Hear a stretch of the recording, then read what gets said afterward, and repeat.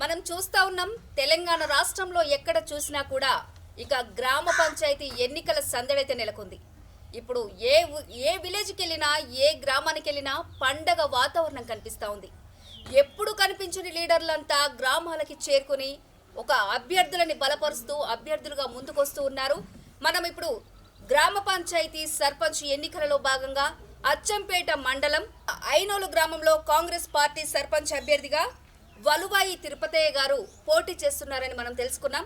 ఇక వారు రాజకీయం అంటే పదవి కాదు, రాజకీయం అంటే ఒక బాధ్యత అని మేము నమ్మి గ్రామం కోసం, గ్రామ ప్రజల కోసం, అందరి మంచి కోసం, ఊరు బాగుండాలి, ఊరు ప్రజలు బాగుండాలి అన్నదే మా ఏకైక సిద్ధాంతం అంటూ నమ్ముకొని ఇక మేము ప్రజల ముందుకు వెళుతున్నామంటూ చెప్తా ఉన్నారు వలువాయి తిరుపతయ్య గారు.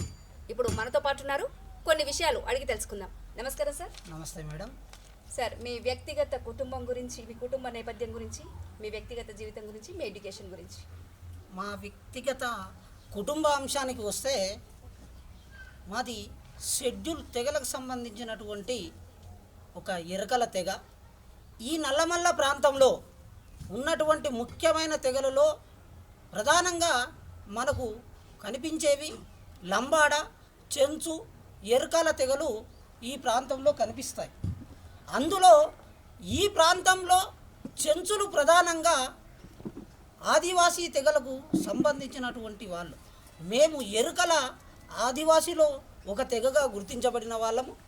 అలాంటి మేము ఎరుకల తెగకు సంబంధించి అది ఏజెన్సీ ప్రాంతమైనటువంటి ఈ ఐనోలులో నివసిస్తూ ఉన్నాం. మా కుటుంబ విషయానికి వస్తే మా తండ్రి గారు మా కులవృత్తిని చేస్తూ, మా నాన్నకు 3 సంతానం, మా అన్నయ్య ఎన్టీఎఫ్ అంటే నేషనల్ ట్రైబల్ ఫెడరేషన్ తెలంగాణ రాష్ట్ర అధ్యక్షులు, అనేక ఉద్యమాలు చేశాడు, విద్యావేత్త. అనేక మంది, వేల మందికి మేము కోచింగ్ కానీ, గ్రూప్స్ కానీ, ఐఏఎస్ కానీ, కానిస్టేబుల్ కానీ, డిఎస్సి కానీ కోచింగ్ ఇచ్చిన వాళ్ళం. విద్యా వ్యవస్థలో మా తండ్రి గారు పుట్టిన 2 సంతానం, ఇద్దరము ఉద్యోగాలు కొట్టి ప్రజా శ్రేయస్సుకై, ప్రజా సేవలోకి రావడానికి 2 ఉద్యోగాలు రిజైన్ చేశాం. మాకు ఒక సోదరి ఉన్నది, 2 మధ్యలో ఆమె కూడా వివాహం చేసి పంపించాడు. మా నాన్న గుంట భూమి లేదు కానీ చదువుకుంటే ప్రతిఫలితం వస్తుందని మాకు చదువునే ఆస్తిగా ఇచ్చినటువంటి వ్యక్తి. చదువు తప్ప ఇంకేది ఉన్న సమాజంలో బతకలేరు అని ఆ రోజుల్లో కూడా మా నాన్న ఖచ్చితంగా చదువుకోవాలి అని కష్టపడి చదివించుడు.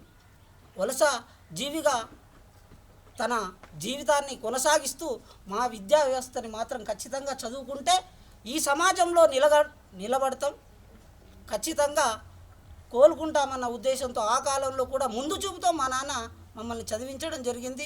అదేవిధంగా మేము మా నాన్న కష్టానికి ప్రతిఫలంగా ఉద్యోగాలు సాధించి వాటిని ప్రజా సేవ కోసం ఖచ్చితంగా మా నాన్న ఇంత స్పృహతో మమ్మల్ని చదివించుండు, మరి మేము కూడా ప్రజా జీవితంలోకి వెళ్ళాలి కాబట్టి ఈ ఉద్యోగాలు ఉన్నా బతుకుతాం, లేకున్నా బతుకుతాం కాబట్టి అని ఆ ఉద్యోగాలకు రాజీనామా చేసి ఖచ్చితంగా అన్నయ్య ఆల్రెడీ రాజకీయ వ్యవస్థలో ఉన్నాడు, అత్యున్నత స్థాయిలో ఉన్నాడు. ఈ ప్రజా గవర్నమెంట్లో మంత్రుల సన్నిధిలో ఉన్నాడు. ఖచ్చితంగా ఏ వరకైనా కావాలి గవర్నమెంట్లో అంటే ఖచ్చితంగా చేయించే స్థాయిలో ఉన్నాడు. అది ఎంత స్థాయి అంటే మంత్రివర్యుల కాడి దగ్గరగా అతి సన్నిహితంగా ఉన్నాడు. మా కుటుంబ నేపథ్యం వస్తే మా అమ్మ కష్టపడి మమ్మల్ని పెంచింది. మా వదిన ఒక మంత్రికి పిఏగా పనిచేస్తున్నది, మా భార్య హౌస్ వైఫ్గా పనిచేస్తున్నది. నేను మా అన్నయ్య ఈ తెగల సంక్షేమం కోసం కష్టపడుతూ రాజకీయంగా వెనుకబడిన కులాలు కానీ, వెనుకబడిన తెగలు కానీ, వెనుకబడిన వర్గాలు కానీ రాజకీయంగా ఎదగాలి, సమన్యాయం రావాలి, సమాజంలో తలెత్తుకొని బతకాలి అన్న ఉద్దేశంతో ప్రజా జీవితంలోకి రావడం జరిగింది. అందులో తొలి అడుగుగా నేను పుట్టిన ఈ ఊరిలో ఐనోల్లో ప్రథమ పౌరునిగా ఉన్నటువంటి సర్పంచ్ పదవికి కాంగ్రెస్ పార్టీ తరపున బరిలో దిగడం జరిగింది మేడం. ఓకే సార్, మీ మాటలలో ఇందాక చూసుకున్నట్టయితే మీరు ఒకటి చెప్పారు ఏంటంటే ఇక్కడ షెడ్యూల్ తెగలకి సంబంధించి 3 కులాలను అయితే చెప్పారు. ఒక లంబాడి, చెంచు, ఎరుకలు అని చెప్పేసి.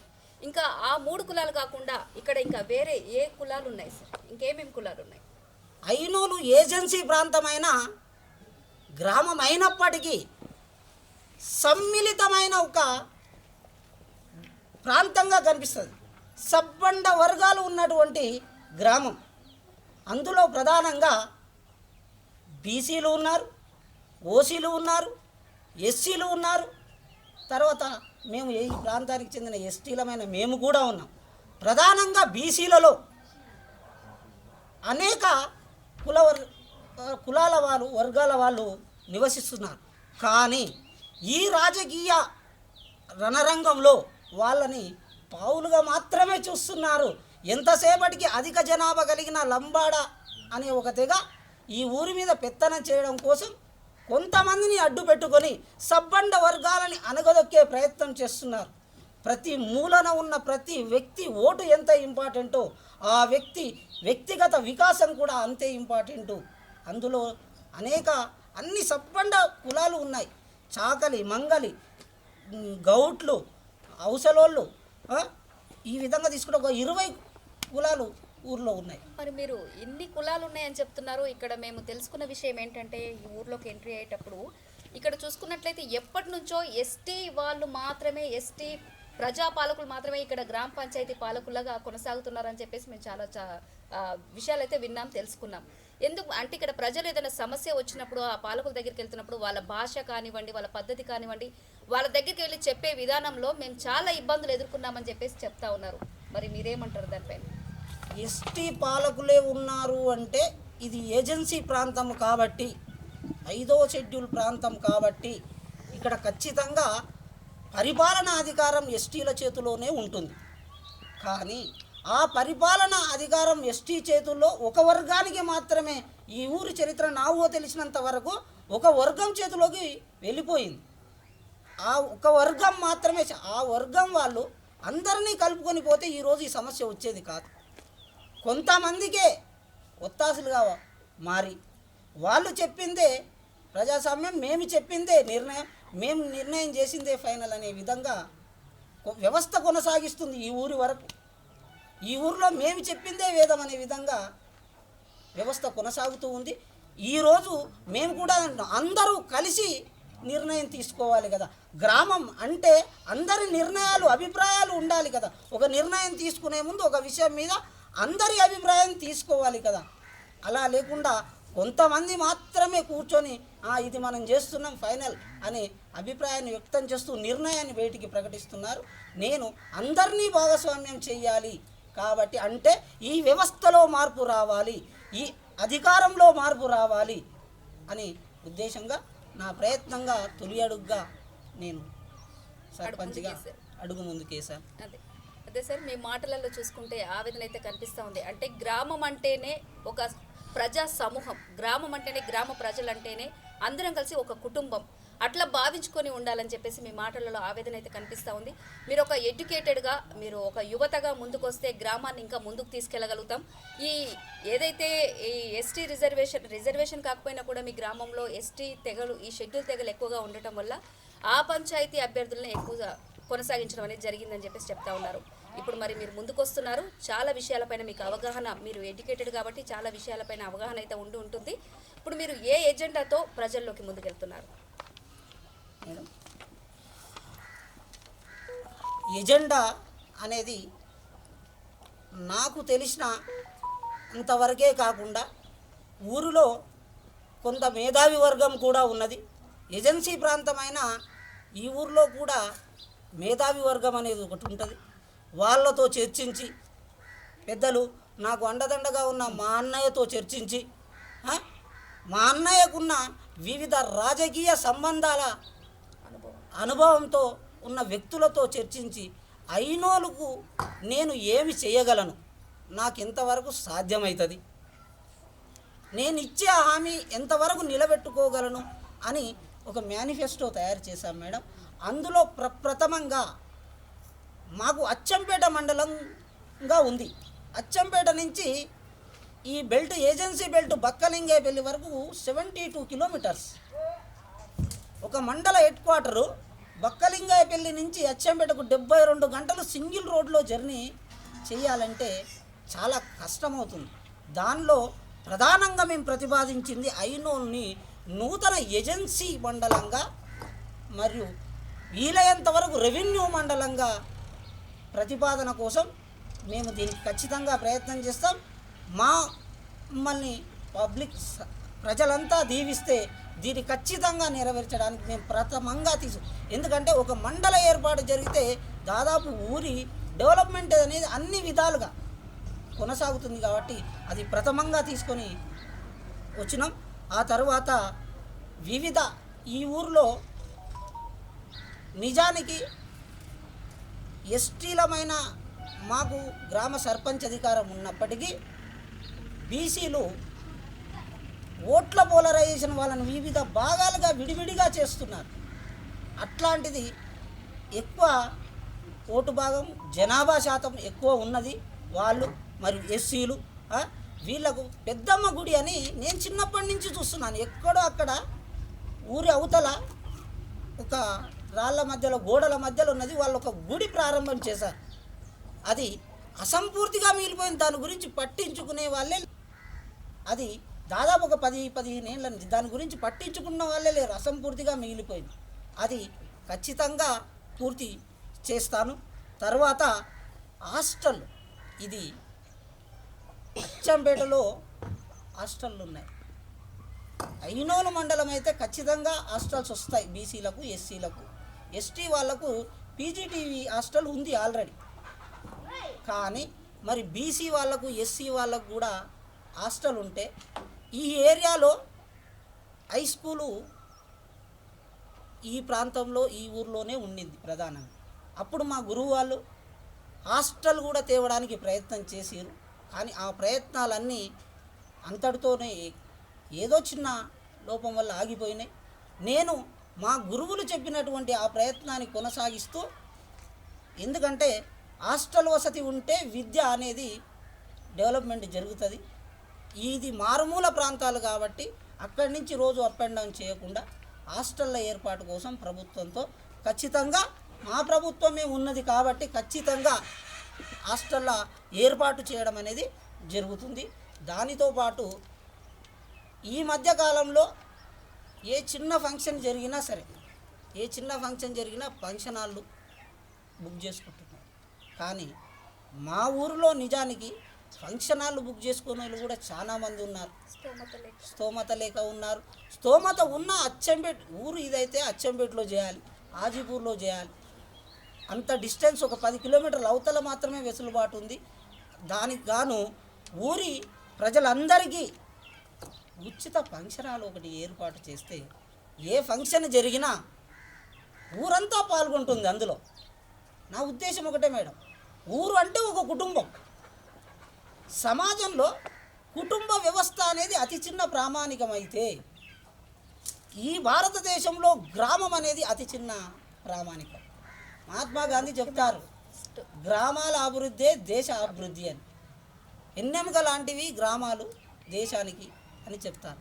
అట్లా ప్రతి ఫంక్షన్లో బాధల్లో, కష్టాల్లో, సుఖాల్లో పాలు పంచుకోవాలంటే అందరూ ఒక దగ్గరికి రావాలి. అదే అచ్చంపేటలో పెడితే అందరూ పోలేరు, కలవలేరు, కొందరే పోతారు. అది ఆలోచించి ఒక ఉమ్మడి ఫంక్షన్ హాలుకు మేము తీర్మానం చేసుకోవడం జరిగింది. తర్వాత మా ఊరు నుంచి, మాది నల్లమల్ల బార్డర్ మేడం, చూడు కొండలు కనిపిస్తాయి. మా ఊరు నుంచి 3 కిలోమీటర్ల దూరంలో కొండలు ఉంటాయి. ఆ కొండలలో ఉమామహేశ్వరం ఏ విధంగా అయితే శివాలయం ఉందో ఇక్కడ కూడా అంతర్గంగా అని అతి పురాతనమైన శివాలయం ఒకటి ఉన్నది.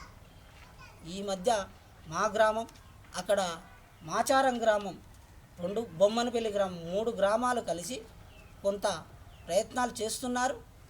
ప్రతి సంవత్సరం తొలి ఏకాదశి, శివరాత్రి రోజు ఆడ కార్యక్రమాలు జరుగుతున్నాయి. కానీ నాకు అవకాశం ఇస్తే ఖచ్చితంగా ఆ గుడికి ఎప్పుడూ నిత్య ధూపదీప నైవేద్యాలతో వెలసిల్లే విధంగా నా ప్రయత్నం కొనసాగుతూ ఉంటుంది. రెండోది, గత ప్రభుత్వం బీఆర్ఎస్ ప్రభుత్వంలో శ్మశాన వాటికలు సెంట్రల్ గవర్నమెంట్ ఫండ్తో కట్టి వీళ్ళ కలర్లు వేసుకున్నారు. అక్కడ కూడా రాజకీయం. క్రీడా ప్రాంగణం అని పెట్టి మీరు వీలైతే వెళ్ళే దారిలో ఉంటుంది. ఇప్పుడు అక్కడక్కడ 2 పోల్లు ఫిట్ చేసి అన్ని గుంతలు తీసి పెట్టారు. మరి క్రీడా ప్రాంగణం అయిపోయింది కదా మీరు ఎందుకు అంటారు అని నెక్స్ట్ మీరు అడిగితే ఇట్లా చెప్తున్నా. మా ఊర్లో క్రీడ కావలసినంత భూమి ఉంది, కానీ క్రీడా ప్రాంగణం అని వాళ్ళు కట్టిన దాంట్లో గుంతలు ఉన్నాయి. మరి ఊరి పిల్లలు సమ్మర్లో వస్తే మా పిల్లలతో పాటు ఏడ ఆడుకున్న పక్కింటి వాళ్ళకు బాల్ తగులుతుంది, కట్టెలు తగులుతాయని వాళ్ళు దూరం పోయి ఆడుకోరని చెప్తుంది. ఇక్కడ దానికోసము మినీ గ్రౌండ్ ఒకటి ఖచ్చితంగా పర్యవేక్షణలో ఉండే విధంగా ఒక గ్రౌండ్. దాని తర్వాత ఈ మధ్య కాలంలో మిషన్ భగీరథ నీళ్ళు వచ్చినాయి. కానీ మిషన్ భగీరథ నీళ్ళు వర్షాకాలంలో డైరెక్ట్ వచ్చేస్తున్నాయి. ఇప్పుడు చూడండి, మా సంపులో చూడండి నిజంగా వాటర్ వస్తే ఎట్లున్నాయో. దానికోసం ఊరి ప్రజల కోసం అందరికీ ఉచితంగా ఆర్ఓ వాటర్ ప్లాంట్ ఖచ్చితంగా చేపిస్తాం. ఇది దానితో పాటు చదువుకునే పిల్లలకు అన్ని రకాల బుక్స్ అందుబాటులో ఉండటం లేదు. 2 బిల్డింగ్లు 2 కమిటీ హాలని ఒకటి కట్టిరు, చాలా ఏళ్ళ కింద కట్టిరు. అది ఎంతసేపటికి నిరుపయోగంగా పడింది. దాని చుట్టుముట్టు మొక్కలు కూడా తీసేటోళ్ళు లేరు, మొత్తం గడ్డితో మొత్తం నిండిపోయింది. అది బాగా చేయించి అందులో చదువుకునే వాళ్ళకు, ఉద్యోగాలకు ప్రిపరేషన్ అయ్యే వాళ్ళకు కావలసినటువంటి బుక్స్ని ఏర్పాటు చేసి గ్రంథాలయ నిర్వహణ అనేది ఒకటి కొనసాగించడం జరుగుతుంది.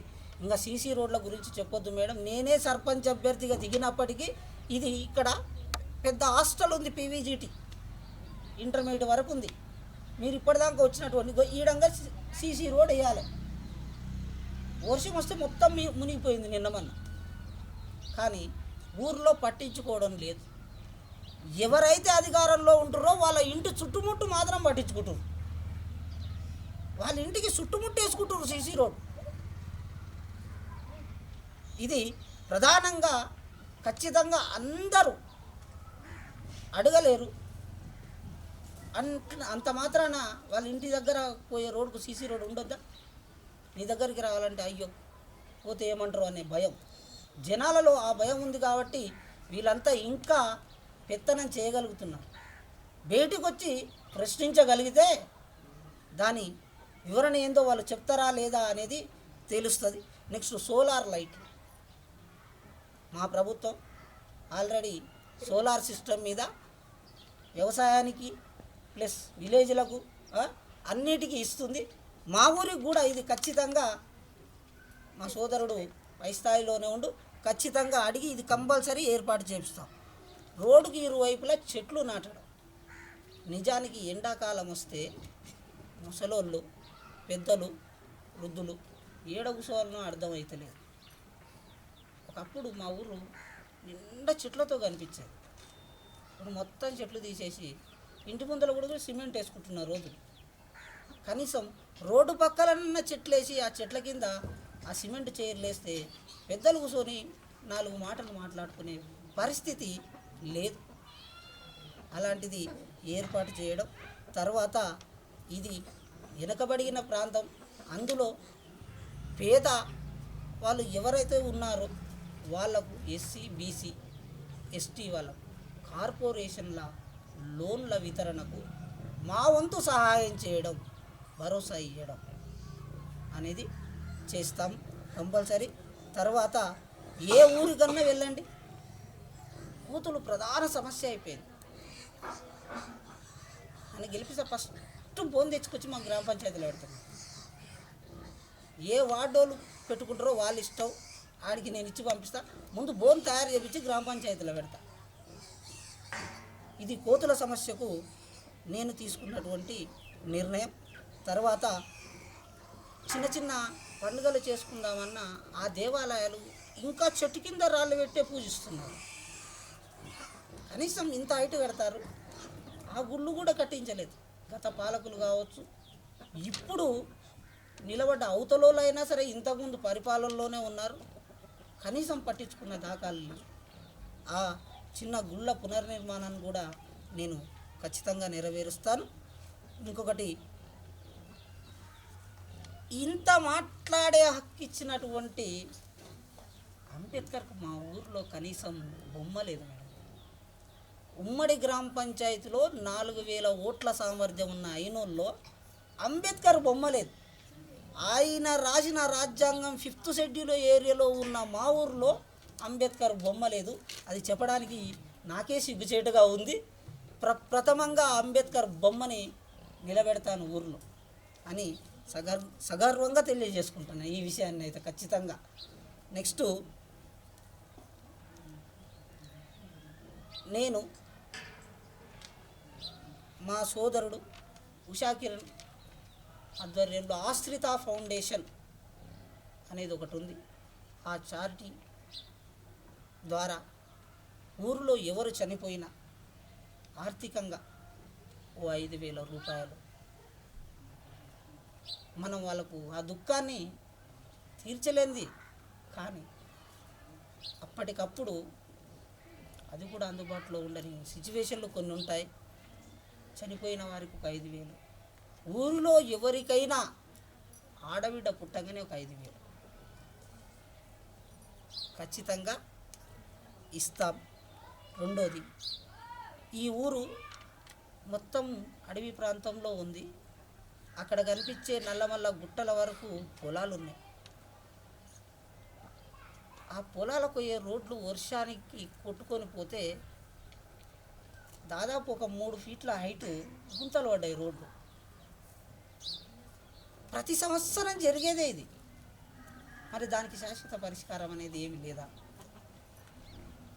అంటే, ఆ రోడ్లను కూడా ఖచ్చితంగా నాణ్యతతో సీసీ రోడ్లు వేయడమా, తార్ రోడ్లు వేయడమా, గ్రామ పంచాయతీ నిధులు ఖర్చు పెట్టి అనేది ఆలోచన కూడా చేయలేని నాయకత్వం ఆలోచన చేయట్లేదు. అంటే ఇప్పటి వరకు ఈ ఊరికి అయినా ప్రథమ పౌరుడు సర్పంచ్ ఎవరైనా సరే వాళ్ళకు సొసైటీ పట్ల ఉన్న అవగాహన కన్నా రాజకీయం మీద ఉన్న ప్రేమే ఎక్కువ. మరి ఇప్పుడు నిలబడ్డ నా ప్రత్యర్థులైనా సరే కనీసం లెటర్ రాయలేని పరిస్థితి వాళ్ళది. అట్లని నేను వాళ్ళని విమర్శిస్తున్నాను కాదు, వ్యక్తిత్వ ఆహ్వానం చేసేటోని కాదు నేను. కానీ ప్రజలు ఎవరు ఉంటే బాగుంటుంది ఈ కాలానికి అని ఆలోచించకుండా చెప్పడానికి తప్ప వాళ్ళని నేను వ్యక్తిగతంగా ఒకరిని విమర్శించటోని కాదు నేను. అట్లాంటిది ఆ డొంక రోడ్ల నిర్మాణం ఖచ్చితంగా చేపడతాను. తర్వాత ఈ ఊరు నుంచి మాకు ప్రాథమిక హెల్త్ సెంటర్ ఒకటి ఉంది. దాని ఓకే, సోమవారం రోజు బుధవారం రోజు పాపం మండలానికి దూరంగా ఉంది కాబట్టి ఓకే, వాళ్ళు డ్యూటీలు వేసినప్పుడు వస్తున్నారు, చూస్తున్నారు. కానీ అర్ధరాత్రి ఏమన్నా జరిగితే సాయంత్రం 6 గంటల తర్వాత ఈ ఊరు నుంచి బస్సు ఉండదు.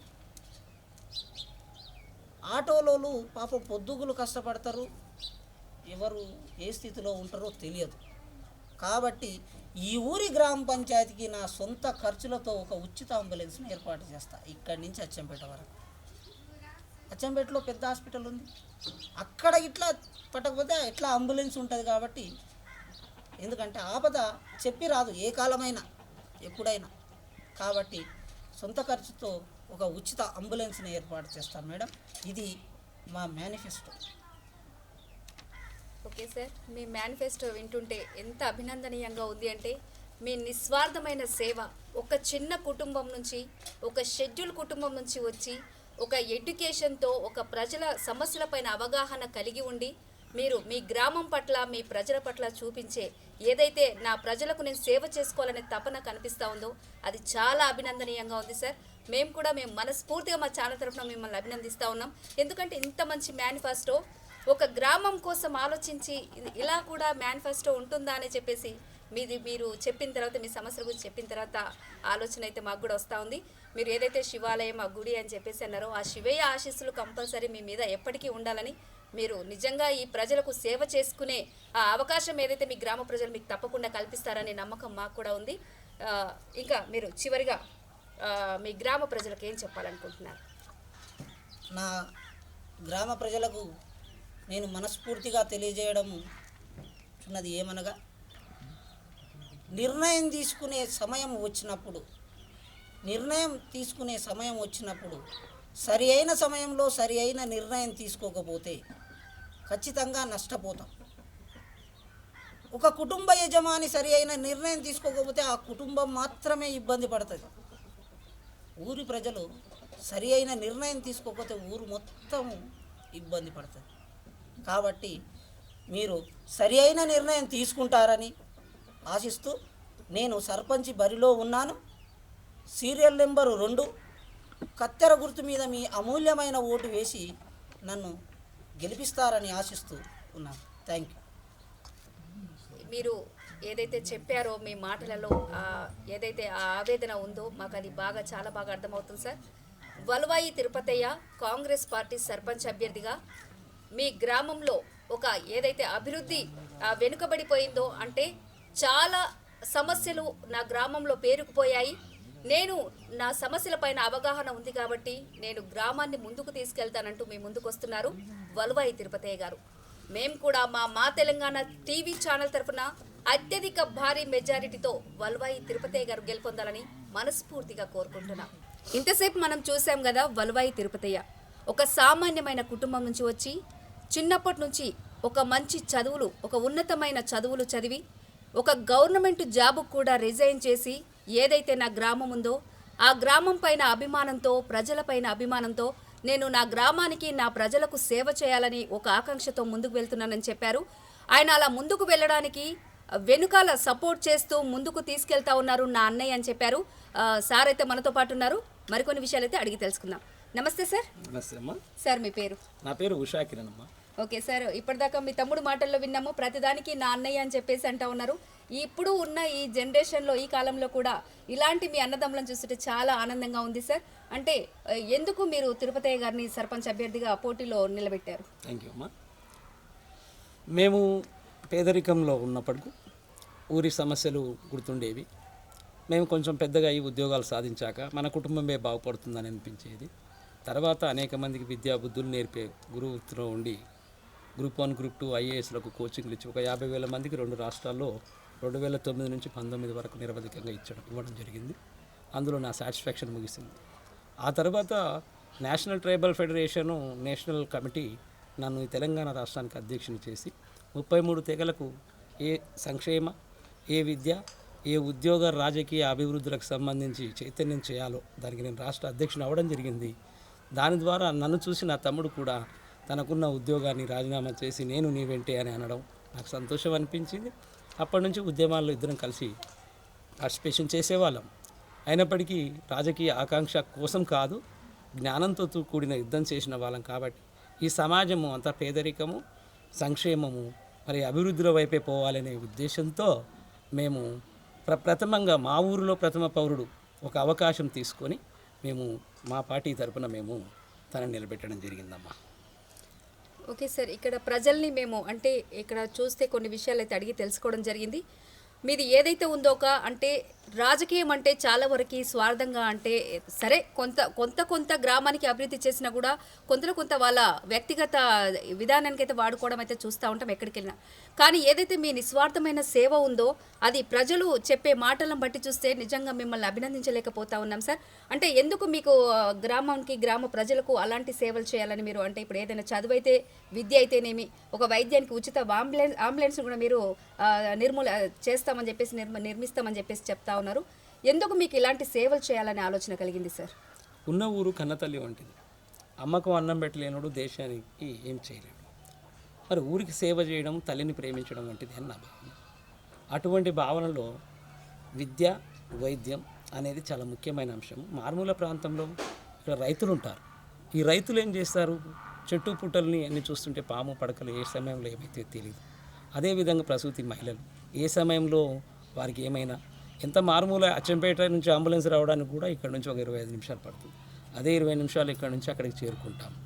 అందువల్ల అది కల్పించాలనే భావన ఉన్నది. సేవ అంటారా, మేము చదువుకున్నాం, ఉద్యోగాలు చేసినాం, బాగానే సంపాదించుకున్నామండి. ఇక ఉన్నది మేము మా కుటుంబాలు బతుకుతాయి. మా పిల్లలు వెళ్ళి సెటిల్ అవుతున్నారు, తమ్ముడి పిల్లలు కూడా మంచి చదువుతున్నారు. మా నాన్న మాకు ఇచ్చిన విద్యను మా పిల్లలకు మేము ఇవ్వడం జరిగింది. మరి మేమేం చేయాలి? ఇంకా ఏదో ఒకటి చేయాలి. ఏం చేయాలి? ఊరును అభివృద్ధి వైపు నడిపించాలనుకున్నాం. నిలబడతావా నాన్న అంటే నిలబడతానని చెప్పడం, నిలబెట్టడం జరిగింది. ప్రజల కోసం మేము ఎంత దూరమైనా వెళ్తాం. ప్రజల సంక్షేమం, ఊరి అభివృద్ధి అనేది మాకు ముఖ్యం. ఇదండి. ఓకే సార్, మీ మేనిఫెస్టో చూసిన తర్వాత ప్రజలు కంపల్సరీ మీకు తప్పకుండా బ్రహ్మరథం పడతారు, పట్టం కడతారని మేము కూడా అనుకుంటా ఉన్నాం. ప్రజల స్పందన ఎలా ఉంది సార్?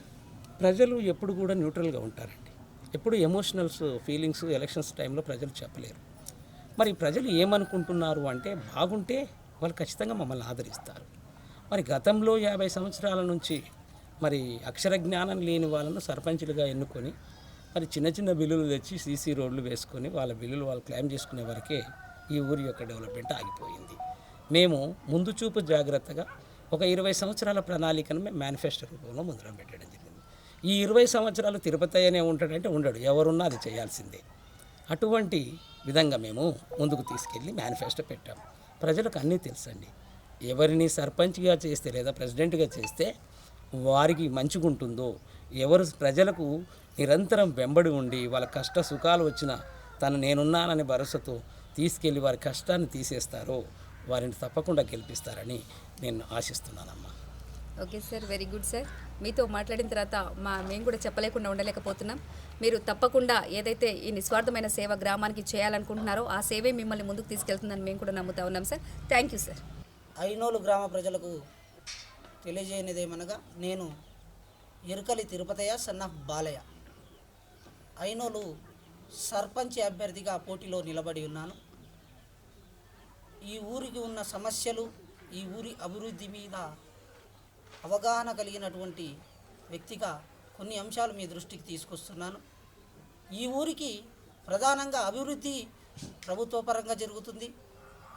దానితో పాటు ఈ ఊరికి ఖచ్చితంగా నా సొంత డబ్బులతో ఒక ఉచిత అంబులెన్స్ను ఏర్పాటు చేస్తాను.